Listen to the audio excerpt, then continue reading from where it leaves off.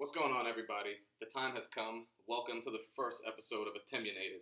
As promised, it is going to be on my main man, LeBron James, right here, against Michael Jordan. For many years, I've been very passionate about this topic. My brothers and my family can attest to that. Been going at it for years, in circles and circles. My brothers are diehard MJ fans and / LeBron haters. They respect him, but they're not willing to relinquish the title. So my job today is to take the title and hand it to the rightful heir, which is LeBron James. This is for Stephen A. Smith right here. Your losing streak starts right now. Let's go. From the draft, okay, Michael Jordan was drafted 3rd overall.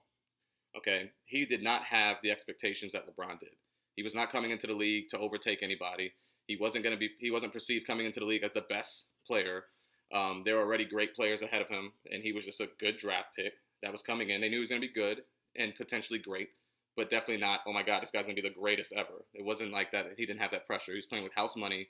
He was, in his mind, disrespected throughout his high school and college career, and even so in the beginning of his professional career. So he had a chip on his shoulder as well, playing with house money. LeBron James was 1st overall pick, okay? Before he even played a game in the NBA, he had immense pressure to live up to the hype of being the next Jordan, if not better than Jordan, okay? So even with that pressure, he exceeded expectations. He's crushing expectations, and even in his 15th year, he is continuing to crush expectations. So that being said, let's go into the beginning of their careers. Michael Jordan started off his career with 3 first-round exits. 3 first-round exits, okay? 3 first-round exits. I don't know if I said that. His first year, his team was 38-44 and still made the playoffs, okay? Second and third year, he was swept by the championship Celtics. Swept, okay? Swept by the championship Celtics. The next 3 years, he lost to the Detroit Pistons, who were the champions. Lost to them, okay? So that's 5 years in a row. 5 years in a row, he lost to championship teams, okay? 2 of those being in the first round. Okay? 90-91 was Jordan's first year making the finals, okay? Let's all be real. By then, the bad boy Pistons, they were not that bad at all. They were old. They were diminishing. They were having their own personal problems. They were not the same team that waxed that ass 3 years straight.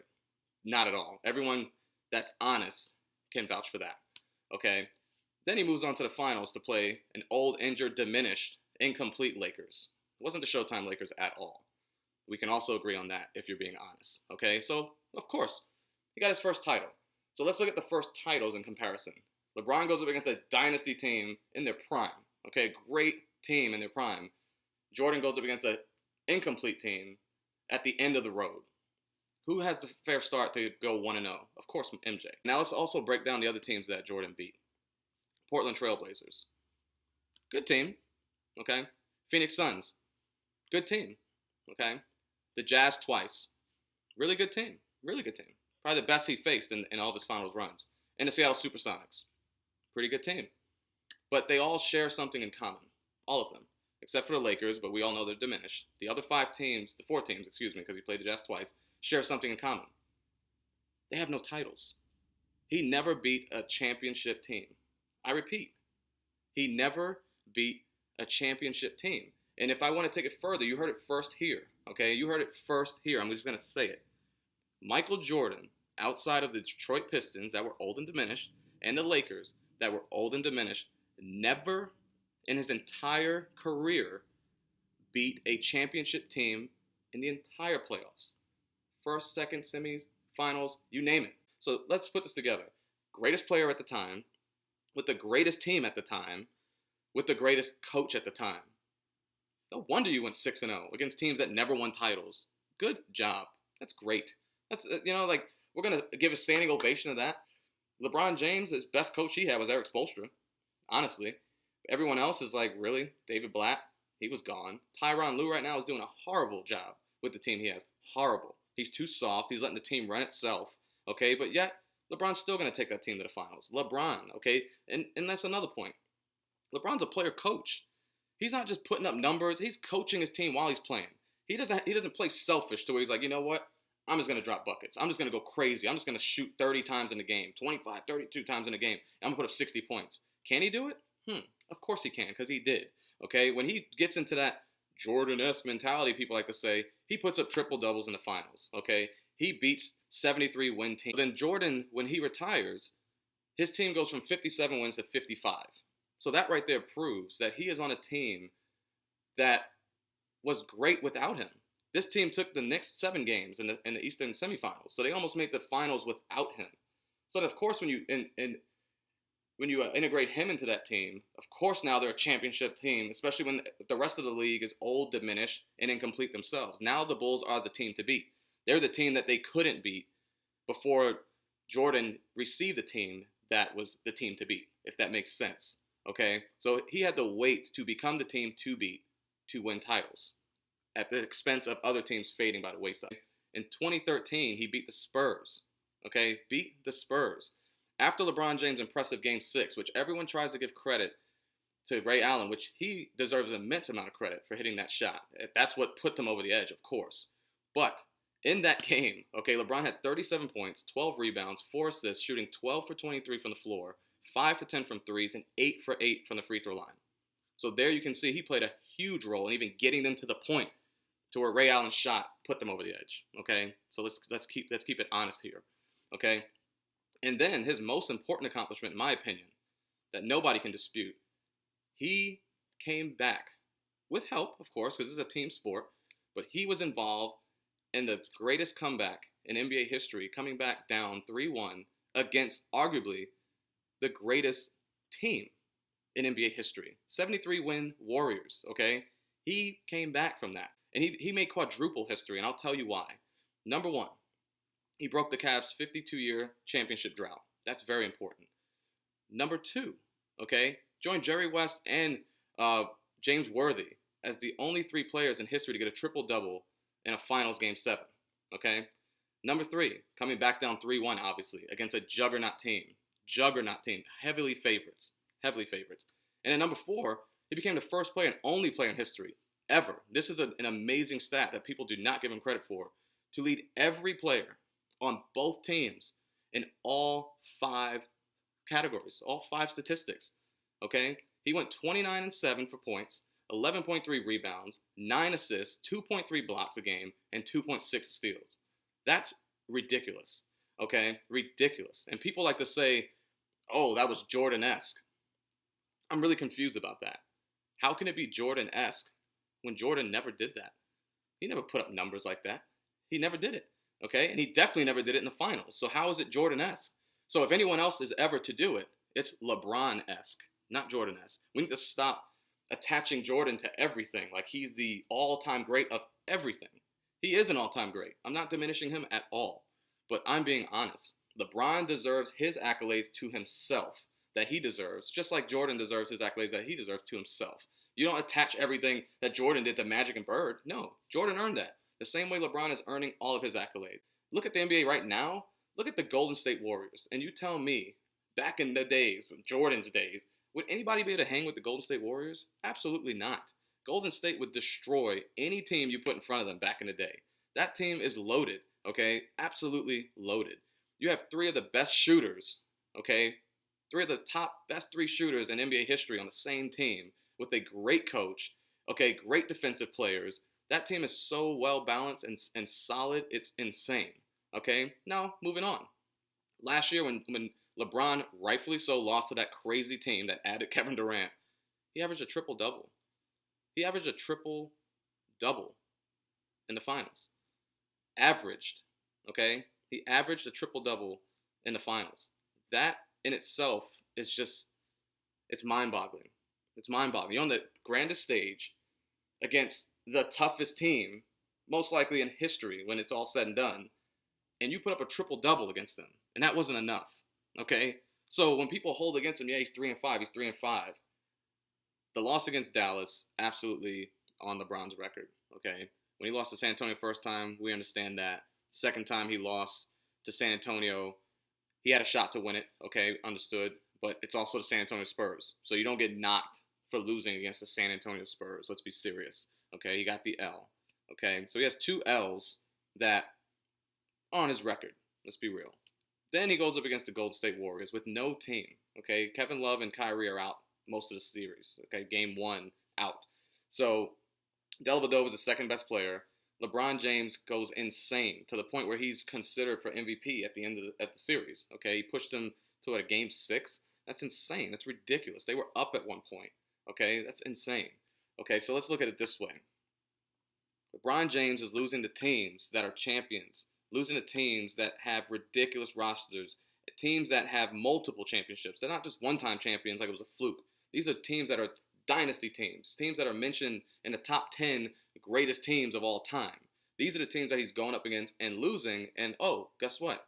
And beating to get his titles. He beat those teams to get his titles. He beat the San Antonio Spurs, okay? He beat the ridiculous Golden State Warriors down 3-1 to get a title, okay? His losses, the 5 losses, you're going to hold on to that? You know what? He made it 8 times already and probably 9 this season, okay? He's in the conversation to win titles every single year. Michael Jordan made the final 6 years, okay, in the league for 15. So 9 years in the league. Safe to say his team and himself, they were irrelevant. If you're not making the finals, if you're not contending for a title, you fell short. You're not even in the talk to win a title, okay? LeBron James is on pace to be in his 8th straight final, okay? 8. So that being said, it'll be 9 altogether. So 9 out of his 15 years, he's relevant. He's in the talk for being a champion, okay? He's in position to win a title. When he loses, his team was second best in the entire league. Not getting dropped in the first round, not getting dropped in the second round, not out of the conversation at all, watching other people dominate the league, okay? 2, if you want to talk about age and how it was harder back in the day, nonsense. Back in the day, you know, I'm not going to get on this too deep, but there were 2 expansions which spread out talent throughout the league back in Jordan's days. So the teams were not loaded. This man's going to dominate the league, okay, when it's all said and done, for nearly 2 decades. 2 decades, this guy's at the top of the league as the greatest player in the league. He'll probably diminish the last 3 years. Maybe Duran or the Greek Freak would take over, but he's always going to be right there until the very end of his career. Okay? It remains to be seen, but it's safe to speculate at this moment. This guy's going to be great for the next 3 or 4 years, which will put him into his 18th and 19th season. So that has something to be said as well for your overall greatness. The fact that you dominated this league for generations, okay? Without breaks. You didn't retire and come back. You stay consistent. This guy's making the finals every year. He's playing the most games every year and still coming back, putting up numbers, taking trashy teams to the finals, losing, coming back, going back to the finals, going back to the finals. It's persistence, okay? It's consistency as well. And he gets no credit for that. When Michael Jordan joined the league, there were people like him before. Offensive assassins, great offensive players. That's what Jordan was. And the defensive player, not diminishing that at all either. LeBron changed the culture of basketball, his style of basketball. Okay, the fact that he is 6'8", 250, runs the floor the way he does, plays every position, defends every position the way he does, all of that plays a role into your greatness. You play the sport of basketball, okay, and you can do every aspect of your sport. That goes towards your greatness, okay? I don't care if you're the best three-point shooter ever. That doesn't make you the best basketball player ever, okay? That makes you the best three-point shooter ever. LeBron James is great at every aspect of the game, okay? If you put the definition of basketball, if you programmed a robot, you would want that robot to be consistent and balanced in every category. And not only is he balanced, he's great at every category. Man, this guy has done things Jordan has never done. This guy has the most playoff points in history. And when people say, oh, well, Jordan never let it go to a game 7, that's why LeBron played more games. That's not true. Jordan has 3 first-round exits. That's why he didn't play as many games, okay? LeBron doesn't get knocked out like that. He goes the distance even when he's getting eliminated. He's going to the semifinals and losing to a championship team. He's not going the first round getting knocked out, okay? He's making it somewhere and then getting knocked out. Plus, he's making it to more finals than Michael Jordan did, which means you have to play more games if you're making it to the finals, okay? So let's just be honest here. Let's not diminish LeBron's greatness just to falsify MJ's greatness. Let's be honest on both ends, okay? I was honest. LeBron gets a huge L for Dallas. Huge L. Jordan gets a huge L for beating teams that never won a title before. Still gets to 6-0. Can't take that away. But let's be honest with who you beat. Let's be real about that. If we can be real about those things, this conversation becomes more realistic, okay? And it doesn't become, it's not a witch hunt to take Michael Jordan's title. I'm just speaking the facts, okay? I see a guy that when his back is against the wall, he does things that no other player in history can do or could do, Okay? He shuts down everything. And he falls short because it's a team game. Okay? If you put up there the best player performance wins a title, LeBron would win every year just like Jordan would win every year. Okay? Individual. But it's a team sport. So you can put up 50 and 60 points and still lose a game, as some players have learned in history. Okay? So that being said, you let me know. Listen to all these points, and you let me know where I'm wrong. I don't want to hear, no, just because. That's not going to win an argument. I put out facts, okay? I put out numbers, okay? I'm telling you the truth, the facts of why I think and know LeBron James is better than Michael Jordan.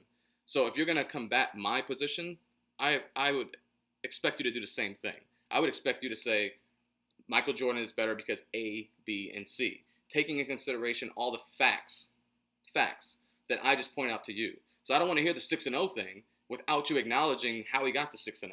Okay, and if you want to go the 6-0 route or the more titles route, Bill Russell. If you want to go more titles, Bill Russell's better than Jordan then. If you want to just be strictly titles, but I don't believe in just strictly titles. I'm talking about the best player ever. I'm not talking about the best team. Okay, I'm not talking about the best accomplishments. I'm talking about the best player, the best body of work, the best potential, the best player, the best attributes. That's LeBron James. Let me know what's up. First episode of OTimionated. Out of here.